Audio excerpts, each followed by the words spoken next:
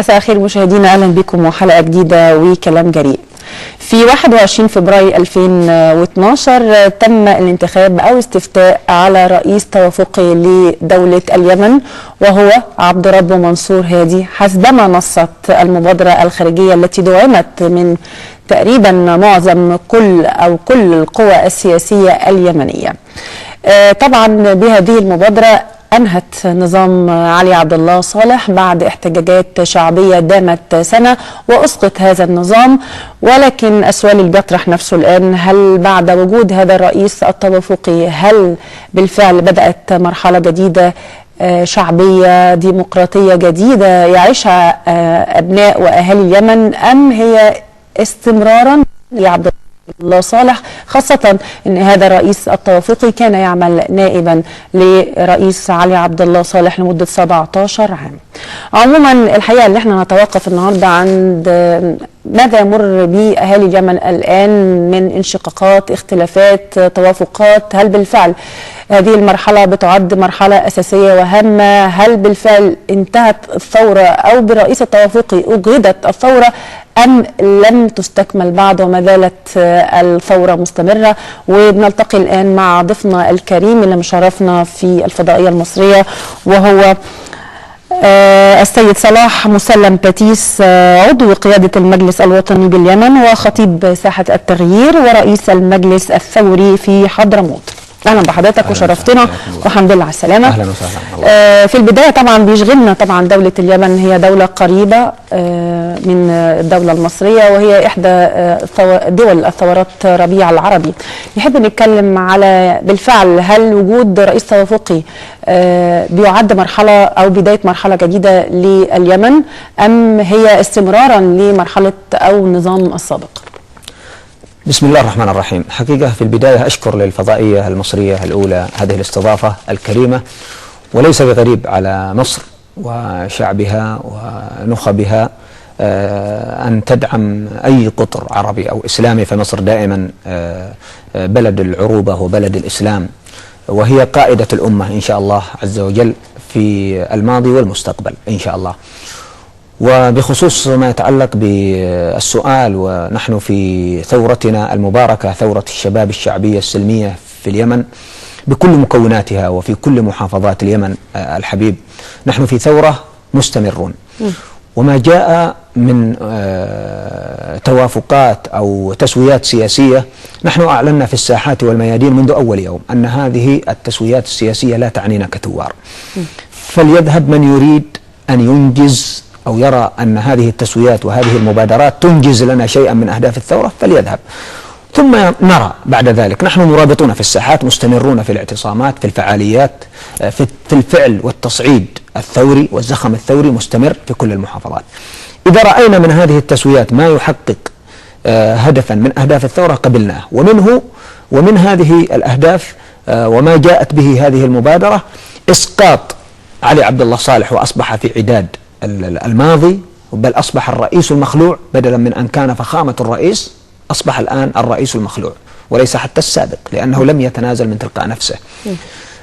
وجيء برئيس توافقي هو كان يشغل منصب نائب الرئيس عبد ربه منصور هادي، لكن لعلمنا أن عبد ربه منصور هادي لم يكن جزءا من العائلة، لأن النظام في اليمن كان نظاما عائليا، كان علي عبد الله صالح يسوس البلد ويقود البلد، ولذلك صادر كل الحقوق واختزل كل المؤسسات في شخصه وأسرته أبناء. لكن على عيني ومتابعتي للأجواء اللي بتمر بيها دولة اليمن الشقيقة، إن حتى الآن هناك بعض المؤسسات وبعض الأماكن المهمة جدا والحيوية جدا في دولة اليمن ما زال حتى الآن الرئيس علي عبد الله صالح يسيطر عليها من خلال أقاربه. صحيح. فرأيكم إيه يعني برغم من الاستفتاء على رئيس توافقي وأنتم متفقين أنه ليس امتدادا للنظام السابق؟ طبعا تعليق حضرتك على هذا الموضوع. المبادرة الخليجية نصت في آليتها التنفيذية المزمنة أن هناك إجراءات تتبع الانتخابات الرئاسية. ذهب الشعب اليمني بكل مكوناته ودعم. يعني أنا برضه عايز أعلق على الانتخاب، يعني الانتخاب بيطلق على مرشحين عدة وثم ينتخب الناخبون نعم. أو يختار نعم. من بين عدة مرشحين. نعم. هذا يعتبر استفتاء، اتفقتم على شخص توافقي. ممكن يسمى استفتاء، لكنه أيضا كان انتخابا. لماذا؟ لأنه لم يكن الواقع اليمني والواقع المحلي مناسب لتنافس. الوضع غير مستقر، الوضع استثنائي. لذلك توافقت الأحزاب السياسية على مرشح وحيد، ونصت المبادرة الخليجية على ذلك. فهب الشعب اليمني يبارك هذه الخطوة، لأنها تحقق لنا هدفا، وهو إزاحة علي عبد الله صالح. ولعلمنا أن عبد الرب منصور هادي لم يكن جزءا من العائلة. هو صحيح كان جزءا من النظام الذي حكم اليمن في عهد علي عبد الله صالح، لكنه لم يكن جزءا من العائلة، لأن العائلة هي من كانت تتحكم في النظام، والنظام كان شكلا ومضمونه علي عبد الله صالح وأولاده وأولاد أخيه وإخوانه. طب نقطة نحب برضه نستوضحها من حضرتك. احنا عرفنا ان يمكن رئيس الحكومة والمتمثل طبعا من السيد محمد سالم تم اعطاء القرار بالإفراج عن المعتقلين بسبب الثورة أثناء الثورة طبعا في العام الماضي، ولكن لم ينفذ هذا القرار. تعليق حضرتك على هذا الموضوع ازاي؟ هذا له مقدمة. يعني نحن قلنا أن المبادرة الخليجية والآليات التنفيذية نصت على قضايا معينة تتبع مرحلة الانتخابات. اللي هي ايه القضايا؟ هيكلة القوات المسلحة والأمن. وهذا ينهي حكم علي عبد الله صالح وسيطرته على المؤسسات العسكرية والأمنية في البلد. أولاده، إخوانه، أولاد أخيه، تأخذ هذه الأجهزة وتسلم وتتبع الوزارات المعنية: الجيش، الحرس الجمهوري، وزارة الدفاع، الأمن المركزي، الأمن القومي، الأمن السياسي، وزارة الداخلية. الآن لم يتم هيكلة هذه المؤسسات حتى الآن. إلى الآن لم يتم. ليه؟ إيه السبب؟ لتعنت علي عبد الله صالح وتعنت أولاده وأولاد أخيه. ايه علاقة علي عبد الله صالح؟ حضرتك قلت لي دلوقتي اخترنا رئيس توافقي، إذا ما زال حتى الآن نظام علي عبد الله صالح موجود في دولة اليمن، ولذلك الثورة مستمرة. وهذا السؤال يوجه إلى الدول راعية المبادرة، الدول العشر. لماذا يبقى علي عبد الله صالح في اليمن يمارس سياسته ويعطي التعليمات والتوجيهات والتصريحات ويقود الحزب الحاكم المؤتمر الشعبي العام، مع أنه أعطيت له حصانة، مع أنها مرفوضة بالنسبة لنا كثوار؟ أعطيت الحصانة مقابل أن يتنازل عن هذا كله، وهو الرجل لم يتنازل عن شيء، وبقي يعني يخالف بنود المبادرة ويخالف شروط الحصانة ويمارس. لذلك على الدول التي أعطت أو جاءت بالمبادرة، وعلى رأسها دول مجلس التعاون الخليجي والولايات المتحدة الأمريكية والاتحاد الأوروبي ومعهم مجلس الأمن والأمم المتحدة، أن يسقطوا هذا الرجل أو يخرجوه من البلد أو ترفع عنه الحصانة ونلقي القبض عليه ونودعه السجن ونحاكمه كما يحاكم حسني مبارك اليوم. نتوقف عند تليفون، واعتقد ان احنا برضو بنحب نفتح لسادة المشاهدين آرائهم واستفساراتهم، ان دولة اليمن دولة شقيقة وتجربتها بالضبط بتماثل في نفس الوقت نفس التجربة المصرية. نتمنى طبعا ان يعني تجارب الثورة او الثورات العربية سواء تونس او مصر او اليمن وسوريا بإذن الله تنجح في ثورتها، يمكن تقدر تحقق هذه الدول الأهداف المنشودة والأهداف اللي بالفعل قامت هذه الثورات على أساسها. معايا الأستاذ شريف. الو، السلام عليكم. عليكم السلام. أسفة أن أنا اتأخرت على حضرتك. أولا نرحب بالأستاذ ضيف أخونا من اليمن، وسلامنا لكل إخواتنا اليمنيين. وعاوز أسأله سؤال: إيه رأيه في اللي بيحصل في مصر في خلال السنة ونص؟ وما رأيه في التيار الديني واللي بيعمله في مصر في خلال الفترة دي؟ وشكرا. أشكرك. يعني هو دايما طبعا المصريين يحبوا يقتربوا أكتر من التجربة اليمنية. نعم. وحضرتك قلت في البداية أن الثورة لم تنتهي بعد. نعم. يعني ما زال حتى الآن ما فيش استقرار برغم وجود رئيس توافقي. إلى أي مدى شايف في تقارب ما بين التجربة اليمنية والتجربة المصرية؟ التقارب موجود في شكل الثورة، في سلميتها، في خروج الشعب بكامل مكوناته وبكل توجهاته في ثورة واحدة منضبطة سلمية حضارية. شهد التاريخ لها التاريخ المعاصر شهد لها أنها ثورة عبقرية كما يقال في كل البلدان التي شهدت هذا الربيع المبارك. ورأيي كما سأل السائل أن كل بلد له خصوصيات وله ظروفه الخاصة والعامة، والقوى السياسية وكذلك المكونات الثورية هم من يقرروا الآليات والوسائل التي يحقق بها أهداف ثورتهم. فنحن في اليمن هناك مكونات سياسية اتجهت باتجاه التسوية السياسية وقبلت بالمبادرة الخليجية، ومكونات ثورية شبابية مرابطة في الميدان تراقب الحدث. ما تحقق من أهداف الثورة قبلناه بهذه المبادرة، وما لم يتحقق نحن سائرون في ثورتنا حتى نسقط بقايا النظام ونحاسبهم ونحاكمهم جراء ما اقترفوه، ثم بعد ذلك بناء الدولة إن شاء الله. نرجع تاني لدولة اليمن على اعتبار أن حتى الآن يعني لم تحقق أهدافها. يعني السؤال بيطرح نفسه منذ بداية الثورة في 3 فبراير 2011، والحقيقة أن السؤال ده يعني على رأسه لماذا لم تنتهج الولايات المتحدة الأمريكية تدعيم الاحتجاجات والحركة الشعبية في اليمن على غرار تدعيم ضد طبعا النظام السابق اللي خاص طبعا برئيس علي عبد الله صالح، على غرار الثورات العربية المختلفة زي في مصر أو في تونس؟ ليه؟ من وجهة نظر حضرتك هل هناك مصالح مشتركة بتجمع ما بين النظامين؟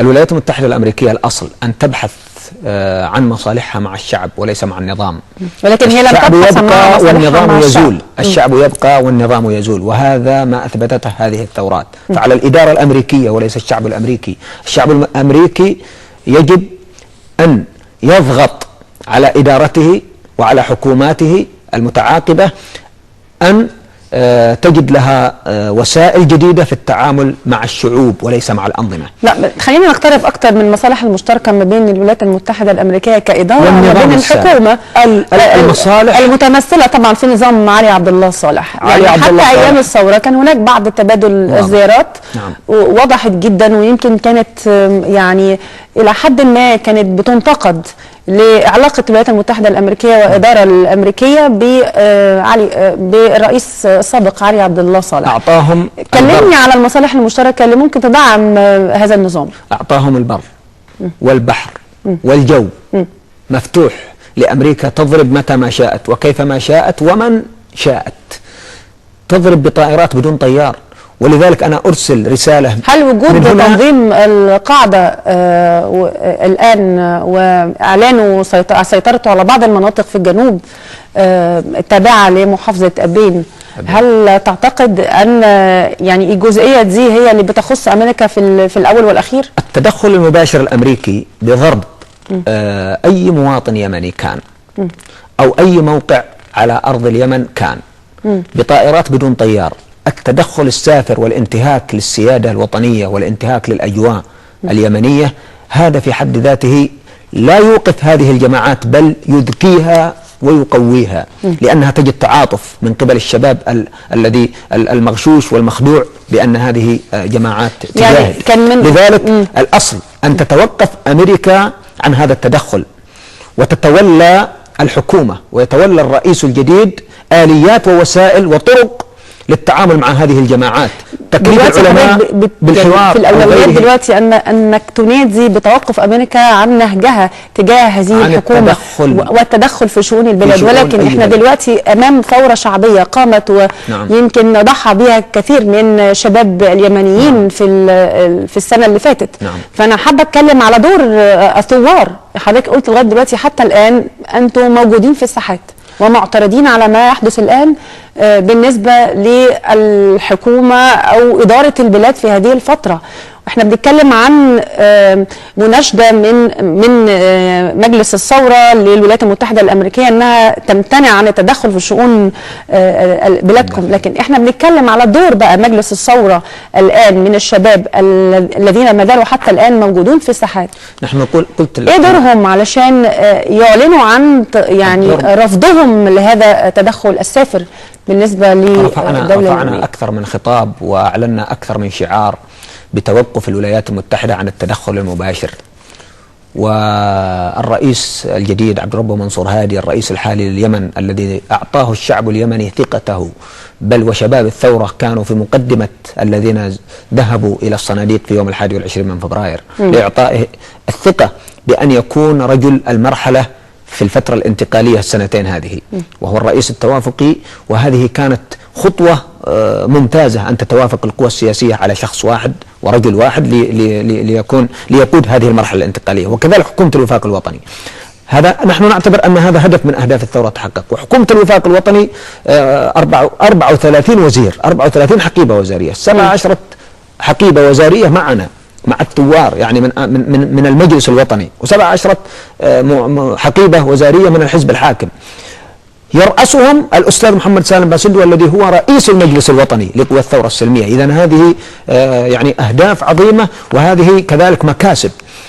عليهم أن يتحملوا المسؤولية كاملة، وأن يقودوا البلد برؤى ووسائل وآليات وطنية يمنية، لا يأتوا بشيء من الخارج.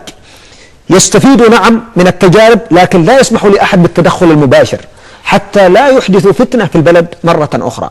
ونحن كثوار كما ذكرت سنستمر في الساحات ونتجه صوب المؤسسات الحكومية، المؤسسات الأمنية، المؤسسات العسكرية، لنطهرها من الفاسدين بالطرق السلمية التي أخرجنا بها علي عبد الله صالح من رئاسة البلاد. نرجع تاني لجزئية مهمة جدا. احنا اتكلمنا دلوقتي عن الدور الأمريكي في الأزمة اللي خاصة دلوقتي بالدولة اليمنية، وهو عدم إسقاط النظام حتى الآن، حتى لو أسقطنا رأس النظام لكن النظام ما زال موجود. لم تقم أمريكا بدورها الكامل، حتى الآن موجودة عندنا في مصر. لم تقم أمريكا بدورها الكامل.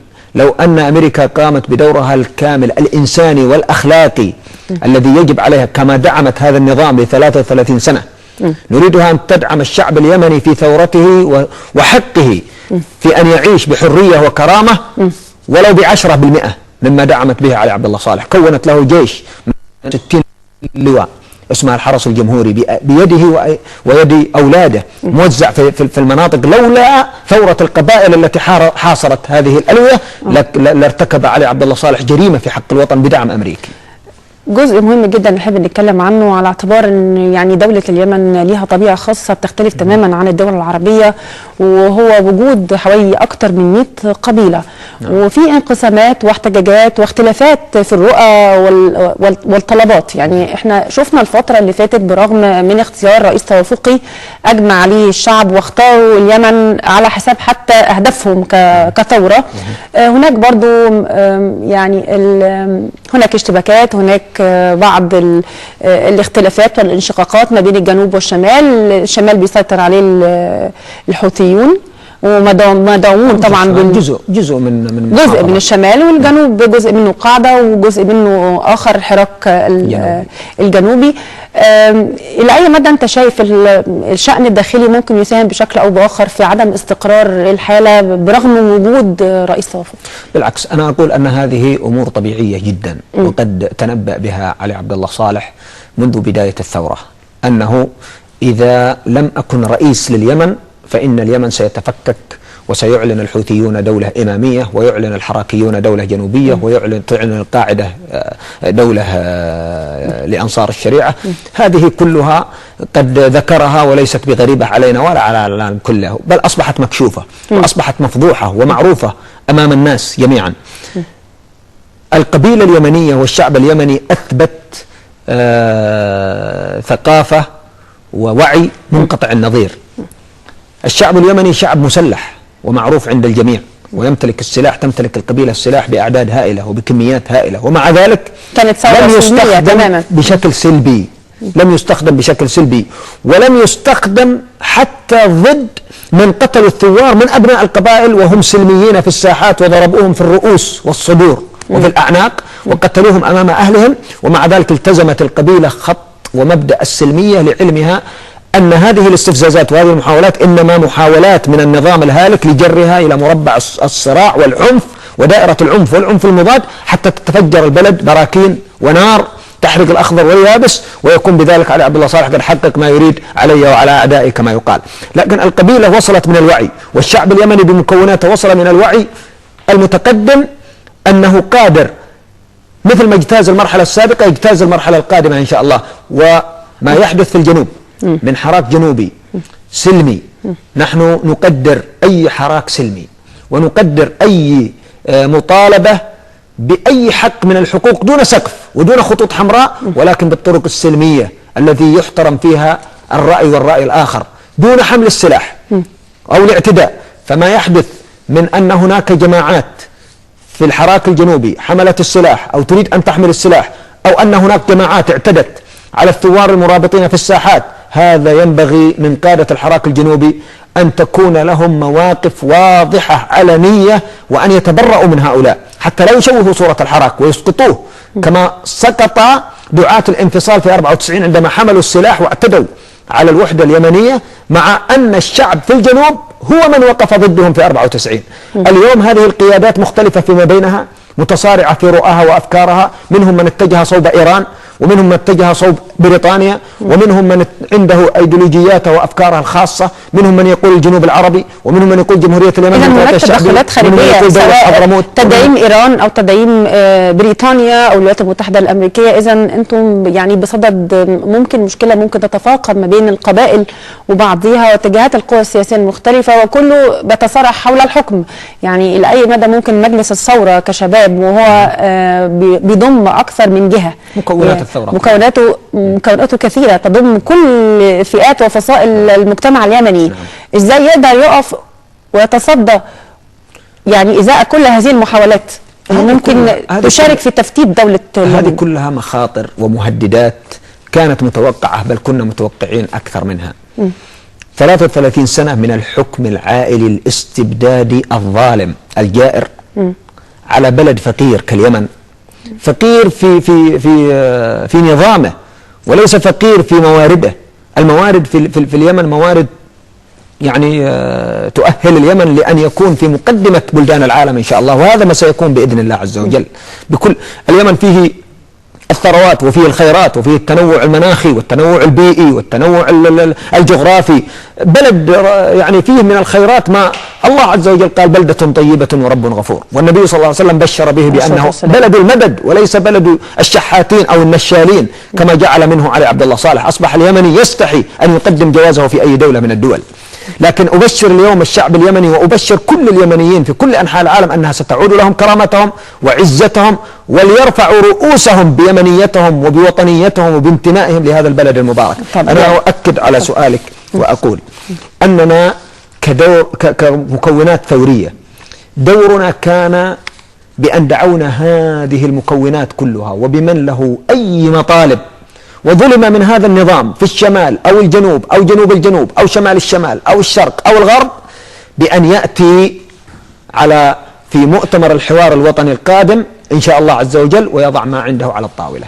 وليس هناك خطوط حمراء ولا سقف. إذا كنت ترى أن ممكن يحصل توافق ما بين العناصر والعشائر المختلفة في دولة اليمن، يعني كيف ترى بقى إيه يعني انفصال أو إعلان تنظيم القاعدة عن انفصال 3 مناطق في الجنوب من محافظة أبين بهذا الشأن، وخاصة أن هذا التنظيم تنظيم يعني لا يعد مكوناته من أبناء اليمن، ولكن هو مكوناته من أماكن مختلفة. أي نعم يحملون شعار الجهاد، ولكن في النهاية مش ينطلق من يعني عشائر وقبائل اليمنية. بالضبط. بل الذين يحاربونهم اليوم ويحاصرونهم اليوم سواء في لودر أو في أبين أو في شبوة هم أبناء هذه المحافظات، من الوطنيين من أبناء هذه المحافظات، هم من يقومون بدور الدفاع ومحاولة إخراج لكن الحكومة لهاش دور. يعني احنا عرفنا ان كان حصل هجوم من تنظيم القاعدة على ثكنات عسكرية الاسبوع الماضي. الثكنات العسكرية التي سيطر عليها تنظيم القاعدة كانت هي الدعم الغير مباشر من علي عبد الله صالح وأولاده وإخوانه وأولاد إخوانه لهذا التنظيم. بل كانت تصدر الأوامر لقادة الجيش المؤيد للثورة في هذه المناطق بألا تدعموا الوحدات العسكرية التي تحاول هذه الجماعات السيطرة عليها. تعطى الأوامر ويحاصر الجيش المخلص الذي يريد أن يدافع عن الوطن ويدافع عن الأرض، يحاصر من هذه العناصر ويرسل لقادة المناطق أو لقائد المنطقة حينها يوم أن كان في يد النظام فلا يعطيه المدد ولا يعطيه، بل يعطى المدد لتلك الجماعات. هذه أصبحت مفضوحة، والأمن القومي متهم في هذه المسألة. الأمن القومي متهم وهو مرتبط مباشرة بعلي عبد الله صالح، ولذلك إذا بقي علي عبد الله صالح في اليمن فلن يحدث هناك استقرار أبدا على كل مكونات المجتمع اليمني، وعلى حكومة الوفاق، وعلى الرئيس عبد الرب منصور هادي، وعلى الدول التي جاءت بالمبادرة الخليجية أن تتحمل هذه المسؤولية وتوقف هذا الرجل عند حده أو يتركوه لنا. لنلقي القبض عليه ونحاسبه. يعني خلينا نتكلم برضو في جزئيه قبل، طبعا احنا عارفين ان اللقاء قصير في المده الزمنيه عشان نتكلم على تفاصيل كتيره على دوله يمنيه والثوره الشعبيه اليمنيه والحال في اليمن الان، لكن حابه برضو اتطرق لجزئيه اذا كانت الولايات المتحده الامريكيه بتدعيمها للنظام السابق في هذه الفتره حتى بعد يعني الرئيس التوافقي او اختيار الرئيس التوافقي، ليها مطامع، وهي مطامع انها تحدث فتنه في بعض الدول العربيه لتقسيمها الى دويلات حتى تسيطر عليها أو تسيطر على منطقة الولايات المتحدة الأمريكية من خلال إسرائيل. طيب إيه المطامع اللي ممكن تخص دولة زي إيران لما تسيطر أو تحاول بقدر الإمكان أنها تتبنى أو تدعم الحوثيين في هذه الفترة وتساهم في انشقاقات في دولة يمنية مسلمة؟ أولا هذا المشروع سقط بفضل الله عز وجل، ثم بفضل هذه الثورات الشعبية السلمية المباركة. كانت فكرة الشرق الأوسط الجديد هي تقسيم المقسم وتفتيت المفتت وإضعاف الضعيف حتى نكون سوق مستباح. كل الدول العربية في المنطقة تكون سوق مستباح لهذه القوى، وتبقى دولة إسرائيل أو الكيان الإسرائيلي السرطان الذي زرع في بلاد العرب والمسلمين وفي بقعة مشرفة مطهرة مقدسة وهي فلسطين، حتى تبقى آمنة مستقرة وهي القوة الأولى في المنطقة. طبعا هذا هو مشروعهم الرئيسي والصراع الحقيقي هنا، لكن أقول أن هذا المشروع سقط بهذه الثورات، وأصبح النفوذ الأمريكي والمحاولة الأمريكية للتقسيم أصبحت في عداد الماضي، بل أصبحت اليوم مراكز الدراسات الأمريكية، الدراسات الاستراتيجية الأمريكية حتى بالرغم من الاختلافات ما بين القبائل والعشائر اليمنية تعيد خطة جديدة للتعامل مع شرق أوسط جديد غير الذي كانوا يهدفون عليه. يعني أنا بتكلم على إيران تحديدا. النفوذ الإيراني طبعا هو مرتبط بالنفوذ الأمريكي، يريدوا أن يحولوا المنطقة إلى صراع متبادل فيما بينهم، هذا يمد نفوذه وهذا يمد نفوذه، لكن لن نسمح لهم بذلك. كل دولة تعرف حدودها وتعرف مكانها وتعرف إذا أرادت أن تكون لها مصالح مشتركة فعليها أن تحترم سيادة الأوطان وأن تحترم سيادة البلدان وأن تحترم هذه الشعوب التي قالت لأنظمتها العميلة لا، وستقول لهذه القوى أيضا لا، ولن يكون لها مستقبل. قبل ما ننهي اللقاء فضل دقيقتين، حابة أعرف الثروات الطبيعية اللي يعني تمتاز بها دولة اليمن. أنا عارفة أنها تتميز في الجزء الجنوبي بوجود النفط، هل هناك ثروات طبيعية أخرى ممكن أن تسبب إشكالية أو مطمع لبعض الدول المتقدمة طبعا السيطرة على هذه المنافذ الطبيعية؟ نحن نقول الإنسان اليمني هو أكبر ثروة، فالإنسان اليمني اليوم يعني موجود في كل بقعة في العالم، والكل يعرف همته وقوته وأمانته وكفاءته وجدارته. هم أهل همة وأهل عمل وأهل نشاط، فهو أكبر ثروة الإنسان اليمني. وأنا أدعو الجميع لأن يستثمر هذا الإنسان حق الاستثمار، وأن يعطى حقه حتى نجد الخير نحن وهم. وبالنسبة للثروات الأخرى ففي الجنوب والشمال الثروات المختلفة الزراعية النفطية السمكية السياحية، هناك من الآثار والبلد عريق ومليء بهذه الثروات.